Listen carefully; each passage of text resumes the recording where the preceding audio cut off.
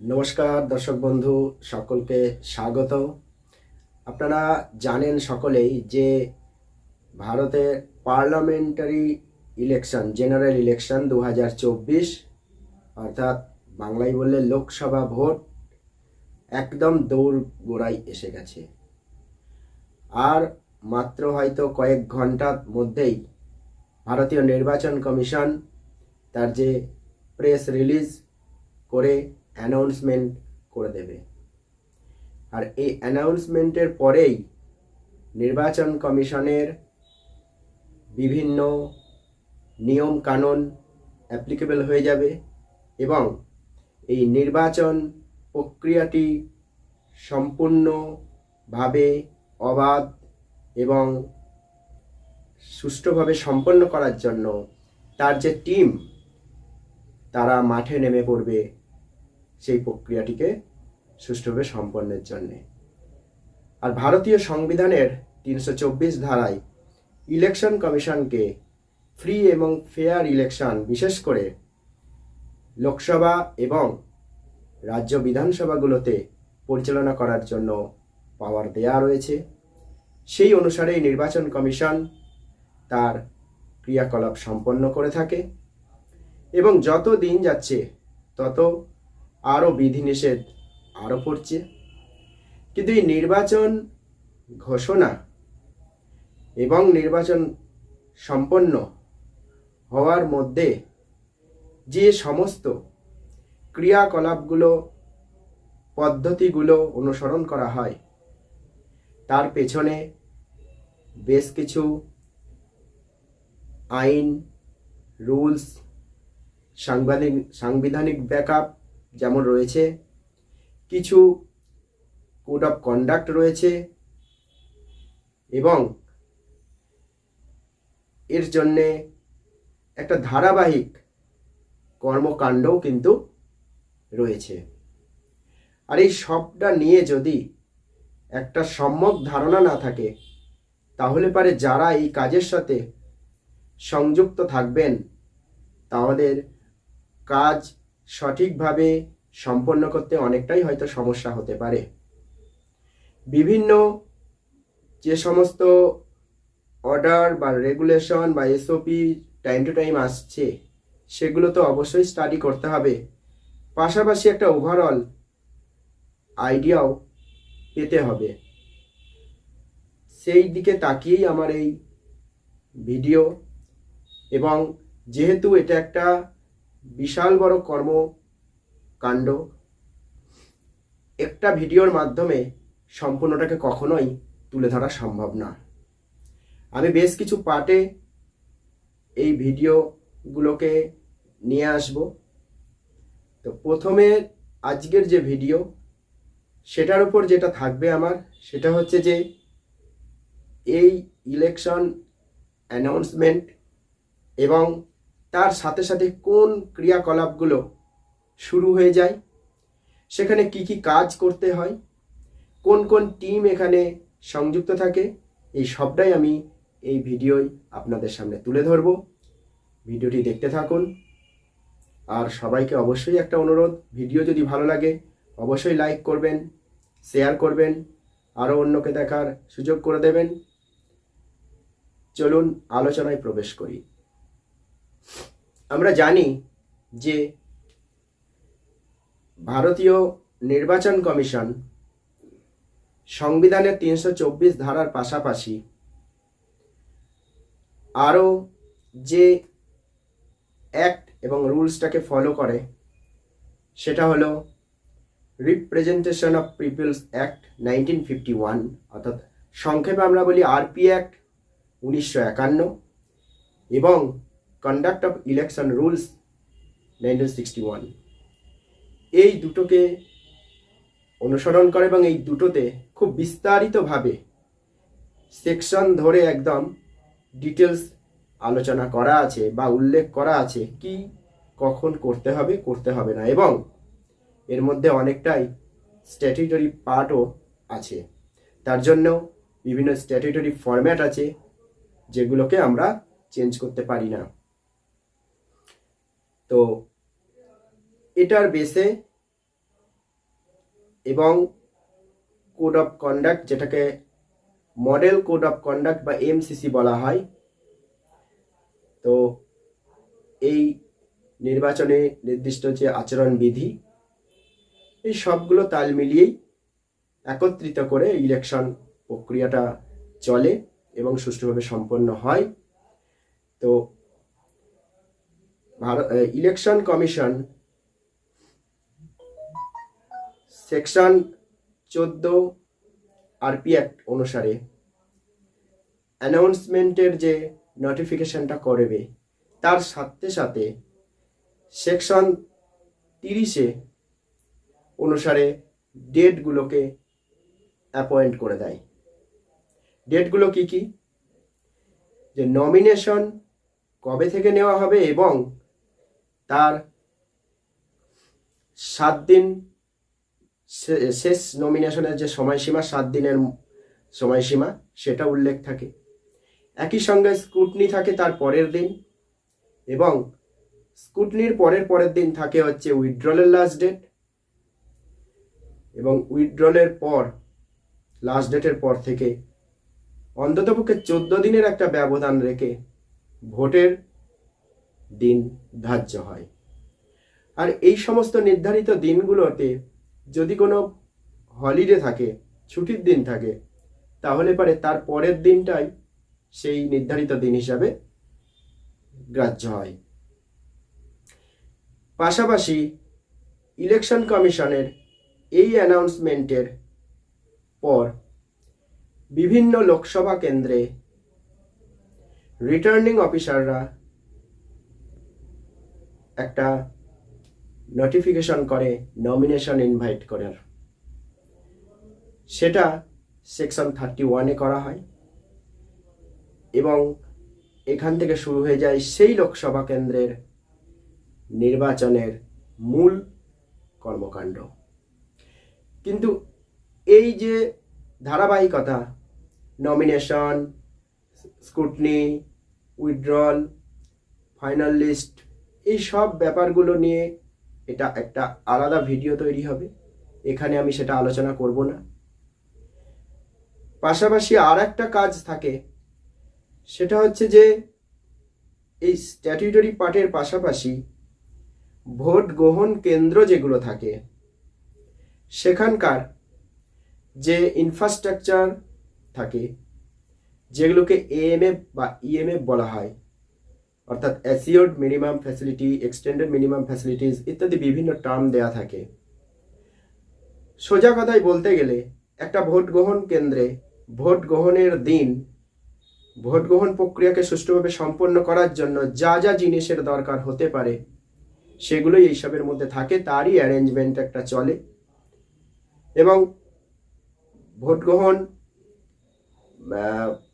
ভোটের দিন ঘোষণা থেকে ভোট গ্রহণ পর্ব কমপ্লিট করার জন্য এই ক্ষেত্রেও বেশ কিছু টিম থাকে, যেমন সেক্টর অফিসার থাকেন, অ্যাসিস্ট্যান্ট সেক্টর অফিসার থাকেন, পোলিং পার্সোনেলরা থাকেন। এদের এই টিমটা ভোট গ্রহণ প্রক্রিয়াটাকে সম্পন্ন করে। একইভাবে অ্যানাউন্সমেন্ট যখন হয়, তখন থেকে যতক্ষণ না সেই জায়গার ইলেকশন কমপ্লিট হচ্ছে, ইলেকশন কমিশন যতক্ষণ না ইলেকশন কমপ্লিশন সার্টিফিকেট দিচ্ছে, ততক্ষণ পর্যন্ত মডেল কোড অফ কন্ডাক্ট বা নির্বাচনী আচরণ বিধি প্রয়োগের একটা ব্যাপার থেকে যায়। একই সাথে যে কাজটা দিকে নজর দেওয়া হয়, সেটা হলো যে ক্যান্ডিডেট বা পলিটিক্যাল পার্টিগুলোর যে খরচ, সেটাকে মনিটরিং করার জন্য এক্সপেন্ডিচার মনিটরিং সেল একটা থাকে। তো এই এমসিসি এবং এক্সপেন্ডিচার মনিটরিং সেল, এই দুটোকে অ্যাক্টিভ করা হয় ইলেকশন অ্যানাউন্সমেন্ট থেকে। এবং এই দুটোকে যদি অ্যাক্টিভ করতে হয়, তাহলে এখানেও বেশ কিছু টিম তৈরি করা হয়, যারা এইগুলোকে মনিটর করে বা এইগুলোকে দেখভাল করে। সেখানে কি কি টিম থাকে? সেখানে থাকে এমসিসি টিম একটা থাকে, পাশাপাশি ফ্লাইং স্কোয়াড থাকে, স্ট্যাটিক সার্ভেলেন্স টিম থাকে, ভিডিও সার্ভেলেন্স টিম থাকে, ভিডিও ভিউং টিম থাকে এবং এক্সপেন্ডিচার মনিটরিং টিম থাকে। তো এই সাইডের যে পার্টটা, এদের কাজ হলো যে নির্বাচন প্রক্রিয়াটাকে সুষ্ঠু এবং অবাধভাবে সম্পন্ন করার জন্য একটা লেভেল প্লেইং ফিল্ড হিসাবে ফিল্ডটাকে রেডি করে দেওয়ার জন্য, যাতে কোনো একটি বা একাধিক রাজনৈতিক দল বা ক্যান্ডিডেট বিশেষ সুবিধা না পায়, সকলেই যেন সমান সুযোগ সুবিধা নিয়ে এই ইলেকশনে প্রতিদ্বন্দ্বিতা করতে পারে। একইভাবে যারা ভোটার, তারা যেন তাদের ভোটটা সুষ্ঠুভাবে, নিরপেক্ষভাবে, নিজের ইচ্ছা অনুসারে সঠিক ক্যান্ডিডেটকে তারা দিতে পারে। এটাই দেখার কাজ থাকে কিন্তু এই এমসিসি এবং এই যে টিমগুলোর কথা বলা হলো, যে টিমগুলো নিয়ে এমসিসিটাকে কার্যকরী করা হয়, তাদের হাতে। তো আজকের ভিডিওয় আমি এই এমসিসি ব্যাপারটা নিয়েই আলোচনা করব। এই জন্য, কেননা যে মুহূর্তে election commission of India announcement করবে, শিডিউলটা দিয়ে দেবে, সেই মুহূর্ত থেকে কিন্তু এই এমসিসি কার্যকরী হবে। এমসিসিকে কার্যকরী করার জন্য MCC team, FS, SST, VST, VVT, এইসব টিমগুলো ফিল্ডে নামবে। পাশাপাশি এই এমসিসিকে যাতে সঠিকভাবে এবং নিখুঁতভাবে প্রয়োগ করা যায়, তার জন্য ইলেকশন কমিশনের এই টিমের পাশাপাশি পাবলিকের হাতেও, জনগণের হাতেও একটা ক্ষমতা দেওয়া হয়েছে, সেটা হলো কমপ্লেন করার জায়গা। তার জন্য একটা টোল ফ্রি নাম্বার যেমন থাকে, পাশাপাশি থাকে একটি বিশেষ অ্যাপ, সি ভিজিল। এর মাধ্যমে তারাও টাইম টু টাইম কোথাও এমসিসি ভায়োলেশন যদি তাদের নজরে আসে, তারা খুব সহজে সেটাকে ইলেকশন কমিশনের সামনে তুলে ধরতে পারে এবং ইলেকশন কমিশনও তৎক্ষণাৎ সেই এমসিসি ভায়োলেশনটাকে রিমুভ করার জন্য এগিয়ে যেতে পারে। তবে একটা কথা মনে রাখতে হবে যে এমসিসি ডিরেক্টলি কিন্তু কোনো লয়ে এনফোর্স করা যায় না, এর পেছনে ডিরেক্টলি কোনো আইনি ব্যাকআপ নেই। এটা একটা কোড অফ কন্ডাক্ট। এটা বিভিন্ন পলিটিক্যাল পার্টির সঙ্গে ডিসকাশনের মাধ্যমে ইলেকশন কমিশন সেট করেছে। কিন্তু এই এমসিসি ভায়োলেশনের বিভিন্ন ভায়োলেশনগুলোকে ক্যাটাগরিতে ভাগ করে সেগুলোকে বেশ কিছু আইপিসি, সিআরপিসির বা আরপি অ্যাক্টের সেকশনে সেগুলোকে এনফোর্স করার চেষ্টা করা হয় বা করা যায়, পানিশমেন্টের জায়গা সেখানে আছে। যাই হোক, এই এমসিসি প্রথম কিন্তু কেরালার বিধানসভা ভোটে 1960 সালে এর সূচনা বা সূত্রপাত হয়। 1962 সালে ইলেকশন কমিশন সমস্ত স্টেটে তৃতীয় লোকসভা নির্বাচনে এটাকে প্রয়োগ করার জন্য সমস্ত পলিটিক্যাল পার্টির সঙ্গে ডিসকাস করে এটাকে নিয়ে ভাবনা চিন্তা করে এবং তারপর 1991 এটাকে ইলেকশন কমিশন স্ট্রিক্টলি ফলো করার দিকে এগিয়ে যায় এবং এই এমসিসিতে আগে 7টা প্যারা ছিল। পরবর্তীতে 2014 সাল থেকে আরেকটি প্যারা অ্যাড হয়, দিয়ে এখন 8টি প্যারা আছে, অর্থাৎ 8টি পার্টে এটাকে ভাগ করা হয়েছে। এই 8টি পার্টে এটাকে কার্যপ্রণালীটাকে ভাগ করে এটাকে বলবৎ করার দিকে নজর দেওয়া হয়। এই 8টি পার্ট কি কি? এক হচ্ছে ক্যান্ডিডেট এবং পলিটিক্যাল পার্টির জেনারেল কিছু কন্ডাক্ট ফিক্সড করা হয়েছে। তারপর রয়েছে মিটিং মিছিলের ওপর কিছু নির্দিষ্ট আচরণবিধি। পাশাপাশি রয়েছে পোলিং ডেতে কি কি আচরণবিধি অনুসরণ করা হবে। পোলিং বুথে কি কি আচরণবিধি থাকবে। অবজারভারের একটা পোর্শন আছে। ইলেকশন ম্যানিফেস্টোর একটা ব্যাপার আছে। এইভাবে টোটাল বিষয়টাকে ভাগ করে। একটু বিস্তারিত আলোচনায় যদি যাওয়া যায় তাহলে জেনারেল কন্ডাক্টে কি বলা হয়েছে, পলিটিক্যাল পার্টি এবং ক্যান্ডিডেটের উদ্দেশ্যে জেনারেল কন্ডাক্ট যা ফিক্সড রয়েছে এমসিসি সেই জেনারেল কন্ডাক্টকে বলা আছে যে কোনো রকম জাতপাত এবং ধর্মীয় বিদ্বেষমূলক বা উস্কানিমূলক কোনো মন্তব্য কখনো তারা করবে না ভোট প্রচারে, এবং জাতিগত ভাষাগত কারণে কোনো কিছু প্রলোভন দেখিয়ে বা কোনো উস্কানিমূলক বক্তব্যের মাধ্যমে ভোটের আবেদন জানাবে না।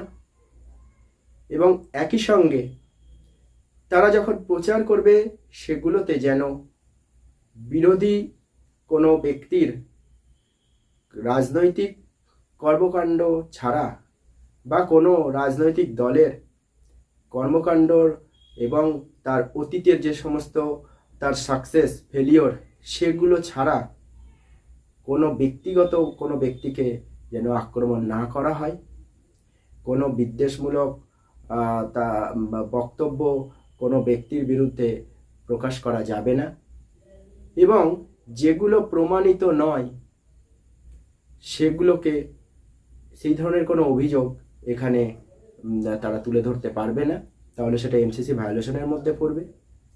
এবং প্রত্যেক ব্যক্তির যেহেতু স্বাধীনভাবে চলার অধিকার রয়েছে, তাই কোনো ব্যক্তির বাড়ির সামনে কোনো ধরনের পিকেটিং করা, কোনো ধরনের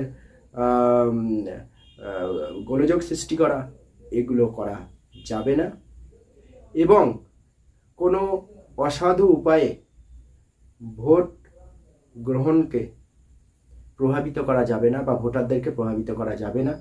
সেক্ষেত্রে হতে পারে কোনো অর্থ বা কোনো ধরনের দ্রব্য ভোটারদেরকে ডিস্ট্রিবিউট করে ভোট নেওয়া বা আরও অন্য কোনো ধরনের অ্যাক্টিভিটির মাধ্যমে ভোট নেওয়া, এইগুলো করা যাবে না।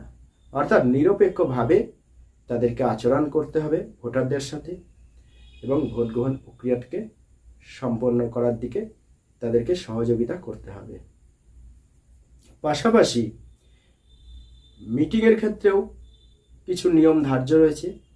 মিটিংয়ের ক্ষেত্রে বলা আছে যে অবশ্যই ওয়েল ইন অ্যাডভান্স তারা পারমিশন নেবে এবং নির্ধারিত বা নির্দিষ্ট কর্তৃপক্ষের কাছ থেকে পারমিশন নিয়েই তারা মিটিং করবে। এবং মিটিংয়ের সামনে এক রাজনৈতিক দলের মিটিংয়ের সামনে আরেক রাজনৈতিক দল সেখানে কোনো গোলযোগ সৃষ্টি করবে না। যদি কোনো কারণে কোনো গোলযোগ তৈরি হয় তাহলে সেক্ষেত্রে পুলিশ প্রশাসনের সহযোগিতায় সেটা মেটানোর চেষ্টা করতে হবে।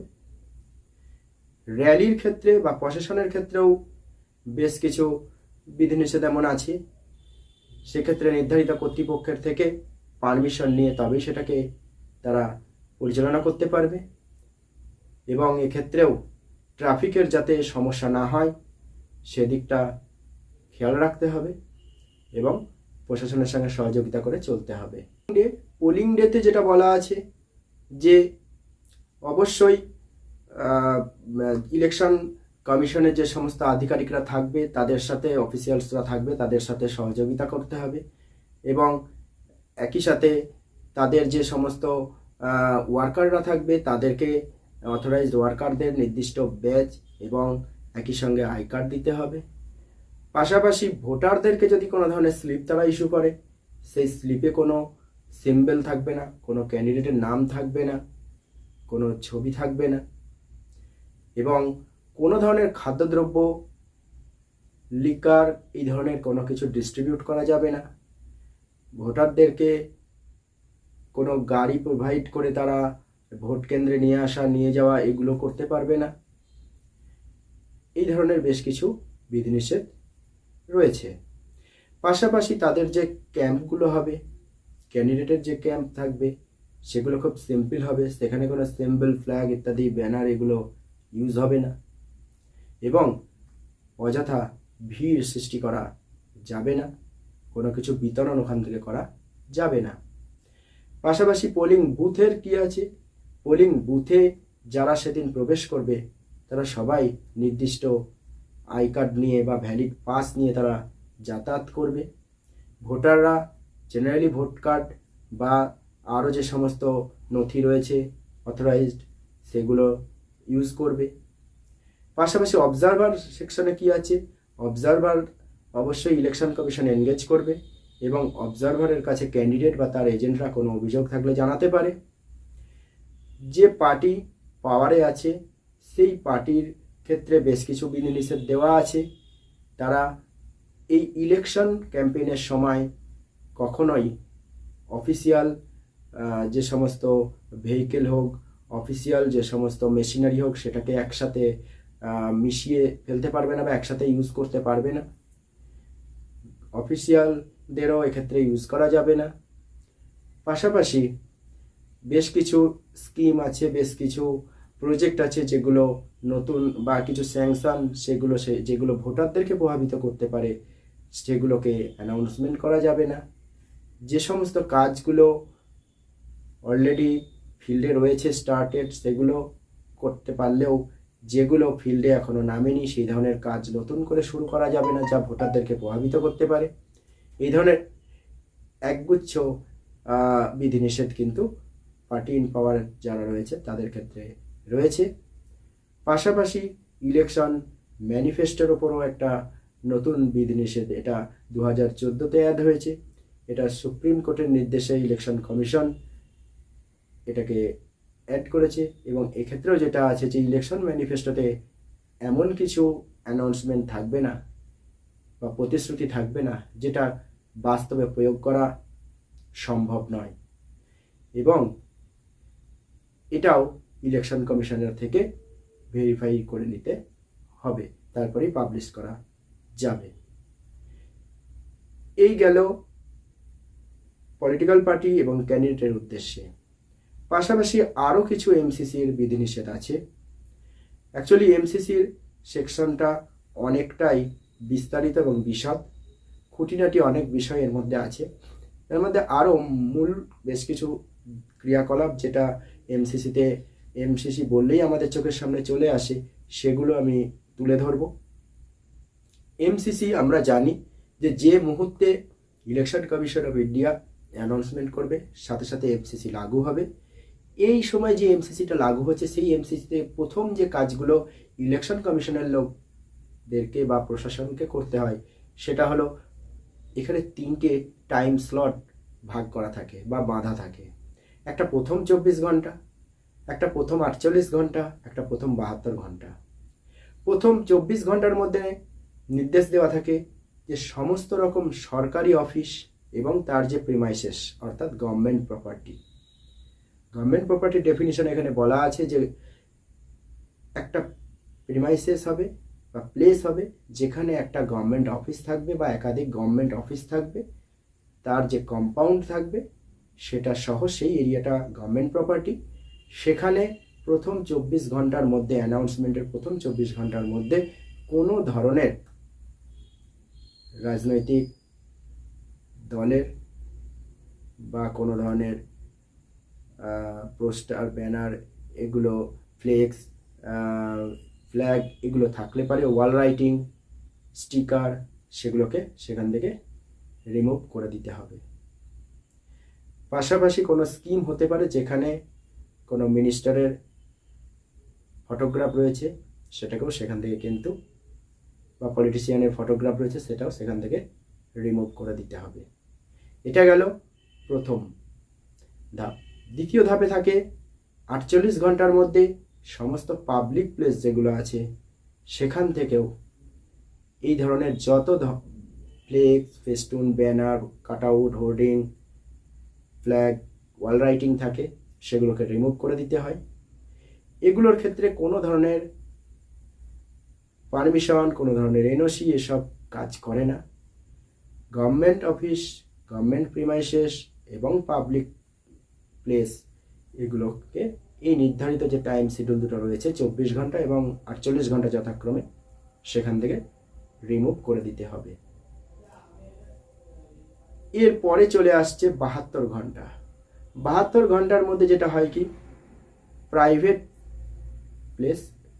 প্লেস 72 ঘন্টার মধ্যে ইনক্লুড। এই 72 ঘন্টার মধ্যে প্রাইভেট প্লেসে যদি কোনো unauthorised poster, festoon, banner, flag থাকে, যেখানে সেই প্রাইভেট প্লেসের ওনারের কোনো পারমিশন নেই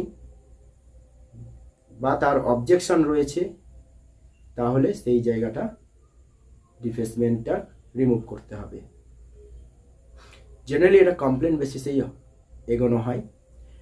তো প্রথম 48 ঘন্টায় যে পাবলিক প্লেস বলা হলো, এখানে একটা জিনিস খেয়াল রাখতে হবে যে পাবলিক প্লেসে কিন্তু কিছু কিছু এরিয়া রয়েছে যেখানটা কিন্তু ছাড় আছে।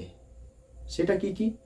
যেমন কোথাও কোনো বিলবোর্ড থাকতে পারে, কোনো অ্যাডভার্টাইজিং বোর্ড থাকতে পারে,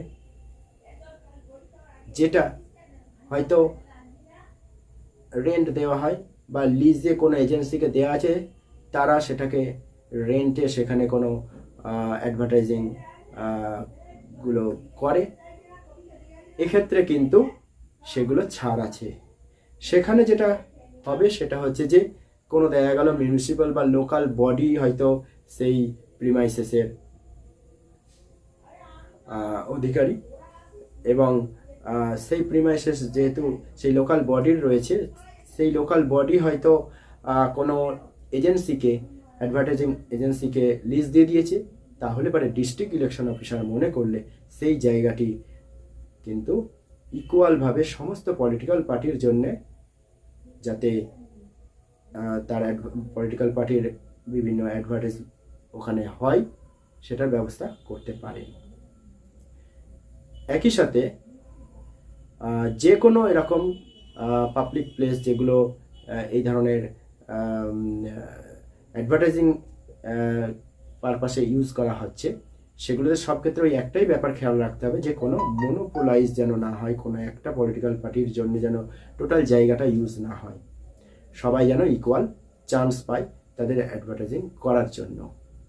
কিন্তু একই সাথে এই পাবলিক প্লেসের আবার কিছু কিছু জায়গার ক্ষেত্রে, বিশেষ করে ট্রান্সপোর্ট সিস্টেম যেগুলো রয়েছে, যেমন সরকারি যে সমস্ত বাস বা ট্রেন ইত্যাদি যেগুলো রয়েছে, এইগুলোতে কিন্তু আবার এই অ্যাডভার্টাইজিং কিন্তু নিষিদ্ধ আছে। কেন না, এগুলোর ক্ষেত্রে কিন্তু সেই ইকুয়াল ডিস্ট্রিবিউশনের ব্যাপারটা, বা কোনো এই বাসগুলো যে রুট দিয়ে যাচ্ছে সেগুলো বিভিন্ন সময় বিভিন্ন রুটে যেহেতু চলে, তাহলে পরে ইকুয়াল ডিস্ট্রিবিউশনের ব্যাপারটা কিন্তু বাস্তবায়িত করা সম্ভব নাও হতে পারে। তাই জন্য এই যানবাহনের ক্ষেত্রে কিন্তু আবার পাবলিক প্লেস হলে পারেও সেটাকে কিন্তু পারমিশন কোনো দেওয়া হয় না, বরং যদি কোনো অ্যাডভার্টাইজিং থেকে থাকে কোনো পলিটিক্যাল পার্টির, তাহলে পরে সেটাকে এই যখন এমসিসি লাগু হবে তখন সেটাকে রিমুভ করা হয়ে যায় ইমিডিয়েট। পিএসইউ যেগুলো রয়েছে, পাবলিক সেক্টর আন্ডারটেকিং, সেগুলোকেও মনে রাখতে হবে এই সময় গভর্নমেন্ট প্রিমাইসেস হিসাবে সেগুলোকে ট্রিট করা হয়।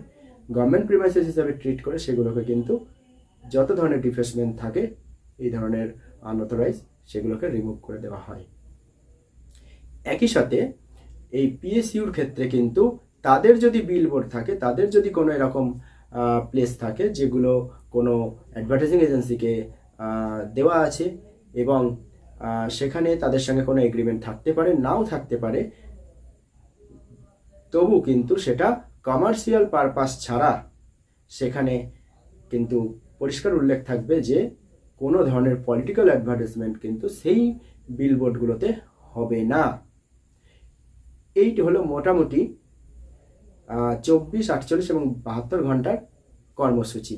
গভর্নমেন্ট হল, অডিটোরিয়াম এগুলো যদি মিটিং পারপাসে ইউজ করা হয় বা ভাড়া দেওয়া হয় এবং কোনো লোকাল বিধিনিষেধ যদি এক্ষেত্রে আরোপিত না হয়ে থাকে, তাহলে পারে সেটা কিন্তু সম্পূর্ণভাবে সরকারি তত্ত্বাবধানে অথবা পিএসইউতে অথবা লোকাল বডির মাধ্যমে পরিচালিত হয়ে থাকে, তাহলে পারে সেটা কিন্তু সম্পন্ন করা যাবে বা সেইগুলোকে পলিটিক্যাল যে সমস্ত মিটিং ইত্যাদি পারপাসে সেগুলোকে ইউজ করতে দেওয়া যাবে।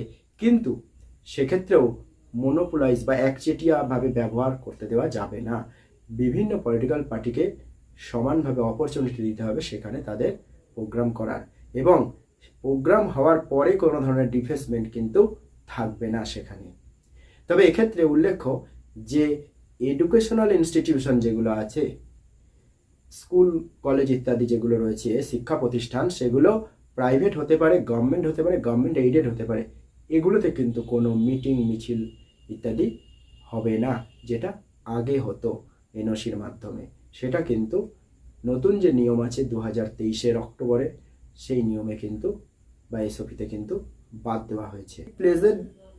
প্রাইভেট প্লেসের যে ডিফেসমেন্টের নিয়মটা রয়েছে সেখানে বলা আছে যে প্রাইভেট প্লেস যদি কোনো ডিফেসমেন্ট হয় পলিটিক্যাল পারপাসে বা প্রচারের জন্যে, তাহলে পরে সেই পাবলিক প্লেসে প্রাইভেট প্লেসের যে ওনার আছে তার কাছ থেকে ডিফেসমেন্টের 3 দিনের মধ্যে অর্থাৎ 72 ঘন্টার মধ্যে একটা এনওসি নিয়ে সেটা কিন্তু বা পারমিশন নিয়ে রিটার্নিং অফিসারের কাছে কিন্তু তার একটা ফটোকপি পাঠাতে হবে।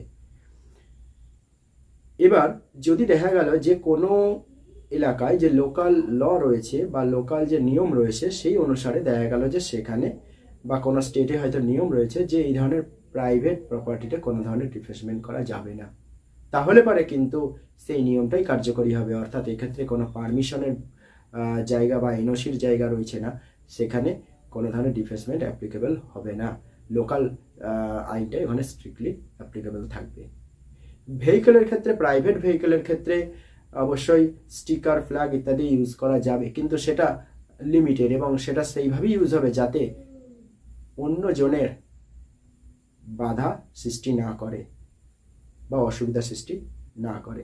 কিন্তু যদি সেটা কমার্শিয়াল ভেহিকেল হয় তাহলে পারে কিন্তু সেখানে কোনো ফ্ল্যাগ, ফেস্টুন, ব্যানার ইত্যাদি ইউজ করা যাবে না। অর্থাৎ কোনো ধরনের এই ধরনের পলিটিক্যাল পারপাসে এক্সেপ্ট যদি সেই কমার্শিয়াল ভেহিকেল ডিওর থেকে পারমিশন করিয়ে পলিটিক্যাল পারপাসে ইউজ করার জন্যে পারমিশন করানো থাকে, তাহলে সেই পারমিশনের নথি দেখিয়েই তবে সেটাকে ইউজ করা যাবে, তাছাড়া কিন্তু ইন জেনারেল ইউজ হবে না।